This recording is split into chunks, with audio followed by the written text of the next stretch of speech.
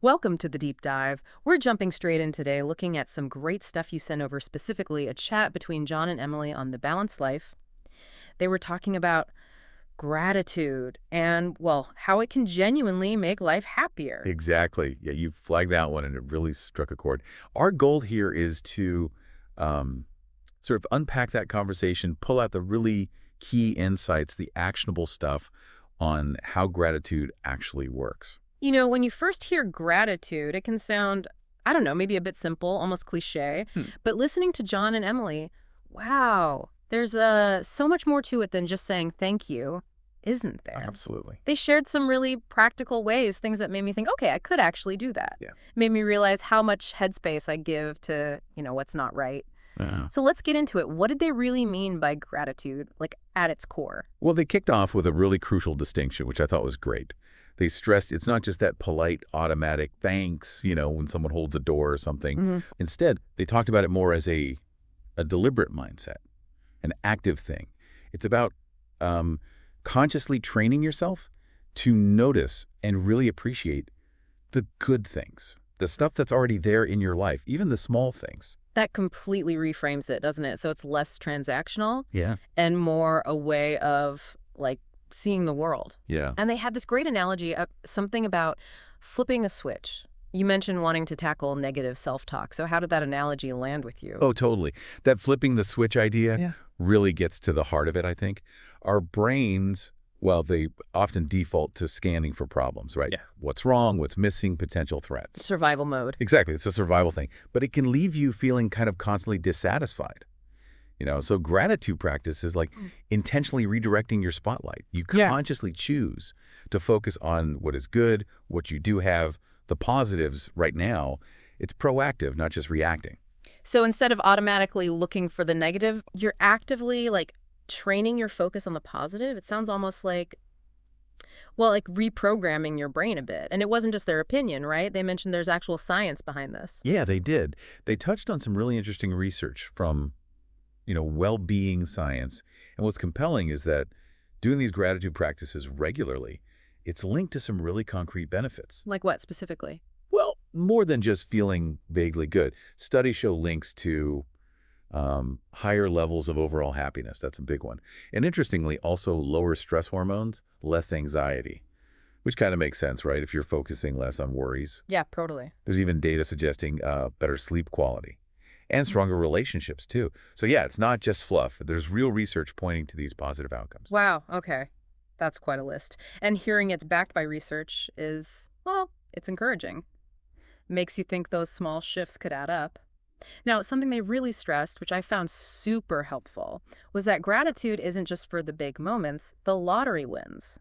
It's about the everyday stuff, the mundane almost. Given how packed your days get, that feels pretty relevant. Precisely. Yeah. Yeah, they were clear on that. You don't need a huge promotion or, Yeah. some massive event to feel grateful. They really pushed finding appreciation in the small, often overlooked things. Like, The warmth of your coffee mug in the morning, a nice text from a friend, right. just being able to, I don't know, step outside for fresh air. Mm-hmm. They argued that consistently noticing those little positives, that's key to building a more grateful mindset overall. Finding the richness in the ordinary.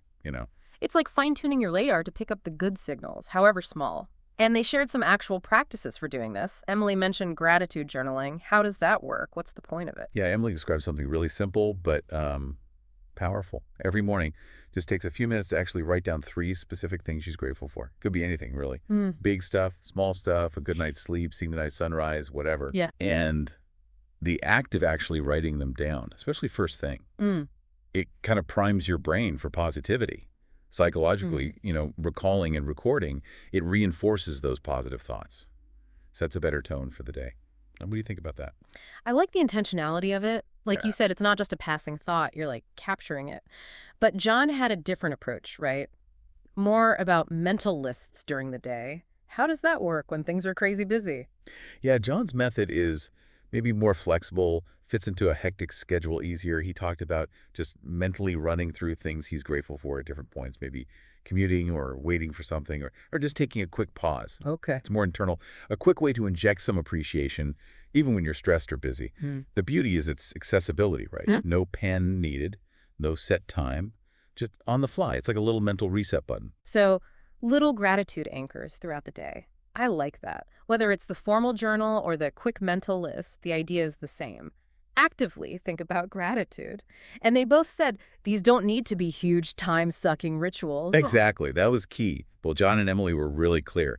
Consistency and genuine feeling matter way more than how long you spend or how fancy it is. Yeah. Even just a brief moment, consciously thinking of one thing you appreciate, to one quick line in a journal that can make a real difference over time. It needs to be sustainable, fit into your actual life, not feel like another chore you have to do. That makes sense. Now, this part I found really interesting, especially thinking about, life's inevitable challenges. They talked about finding gratitude even in difficult times. That feels Yeah. hard, almost counterintuitive. How do you do that? Yeah, this is definitely a deeper layer of it, and Emily made a great point. It's often in the tough times that we grow the most, isn't it? Risk. The idea isn't feeling grateful for the awful thing happening, Right, okay. but rather looking for potential silver linings. What did I learn? Did I discover some inner strength? It's about acknowledging your own resilience, maybe appreciating the support you got, or finding a new perspective because of the difficulty. It's about finding some meaning, I suppose, even when things are rough. That can be really empowering. So it's not denying the struggle, No, not but finding the pockets of growth or learning within it. That's a really helpful distinction. And they also mentioned something about this being a gradual thing, building the habit. Yes, definitely. They really emphasized that developing this gratitude practice, it's a journey, not a quick fix. It takes patience. Yeah. You have to be willing to keep at it, even on days when it feels forced or you don't feel super positive immediately, Uh-huh. like any habit, right? Uh-huh. It takes time for that mental shift to become more natural, more automatic. It's important not to beat yourself up if you don't see huge changes right away. Just consistent effort and maybe a bit of kindness to yourself. Perfection isn't the goal. That's such a good reminder for anything, really. Easy to get impatient. But yeah, persistence. And they also brought up sharing gratitude with other people. That feels important for connection. Absolutely. This is where it goes beyond just you feeling better. It really impacts relationships, community. Actually telling someone you appreciate them, a thank you, a note, just acknowledging them. It doesn't just make their day. Right. It strengthens the bond between you. It creates this positive feedback loop. John compared it to watering a plant, I think. The more you appreciate people, the stronger those connections grow. Yeah, it shows how linked we all are. Your own gratitude can ripple outwards, and it doesn't have to be a big speech, right? Just a quick text or call can do it. Exactly right. They pointed that out too. These expressions don't need to be elaborate. Just a sincere, specific, hey, thanks for doing that, or I really admire this about you, or even just, I value having you around. It can have a surprisingly big impact Right. for them and for how connected you feel. And I guess ultimately the big picture isn't just doing the journaling or the lists. It's Yeah. about actually shifting your whole mindset, yeah? So you naturally start to see the good stuff even when life's messy. That's the goal. Yeah. Yeah. That's the deeper change these practices are aiming for. The tools, the journal, the list, saying thanks, there are ways to help make that fundamental shift happen. The real win is developing this habitual way of seeing things that's just more tuned in to the positive, recognizing and valuing the good that's there, even alongside the imperfections, training your brain towards appreciation, not just problem spotting. Okay, so let's try and boil this down then. If someone's listening, what are the absolute key things they should take away from John and Emily's insights on gratitude? What stood out most to you? Okay, the main takeaways, I think, are gratitude is powerful, it's backed by research, and it's more than just manners. It's an active noticing and valuing of the good. And this can genuinely boost happiness, lower stress, improve relationships. Yeah. You can cultivate it with simple, consistent actions, journaling, mental lists. Doesn't need to be complicated or take ages. Crucially, you can even find aspects of gratitude in tough times, focusing on lessons, growth. Building this mindset takes time and patience. It's not instant. Be kind to yourself. And sharing gratitude, it strengthens connections, creates positive ripples. Ultimately, the big aim is shifting your default perspective to see and appreciate the good that's already present. That's a great summary. It really brings home how doable, but also how impactful this can be. So for everyone listening, maybe just take a second. Which of these ideas clicks most for you right now? Is it starting that simple journal, doing those quick mental checks during the day, or maybe just reaching out to someone specific, someone you appreciate, and just telling them? Yeah, and that leads to maybe a final thought to leave you with. Just consider this. How might deliberately Consistently looking for and acknowledging the good in your day, even the really small everyday things, how might that subtly, perhaps, but significantly change your overall outlook, your sense of well-being, something worth thinking about as you go about your day?